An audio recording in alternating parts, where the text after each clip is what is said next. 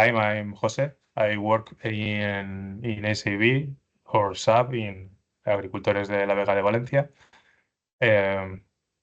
This company has its core in waste management in the municipality of Valencia in Spain. And well, we also manage wastewater treatment plants and gardens and parks and so on.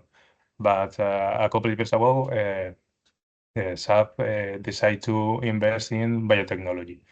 So as I say, the core is the waste management, and that part plus the biotechnological investment is our role in the BioSupac project. So our first part is to design a logistic procedure to collect the feedstock that will be used for the production of this bioplastic, PHB and PHA.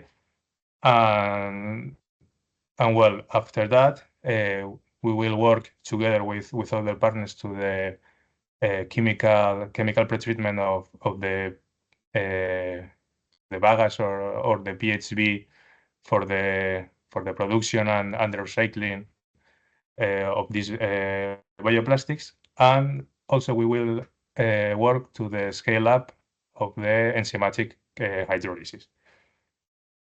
After that, related also to the logistic procedure, we will design also a way to collect all the waste produced by designing this packaging produced by the bioplastics. And well, that's all for our part.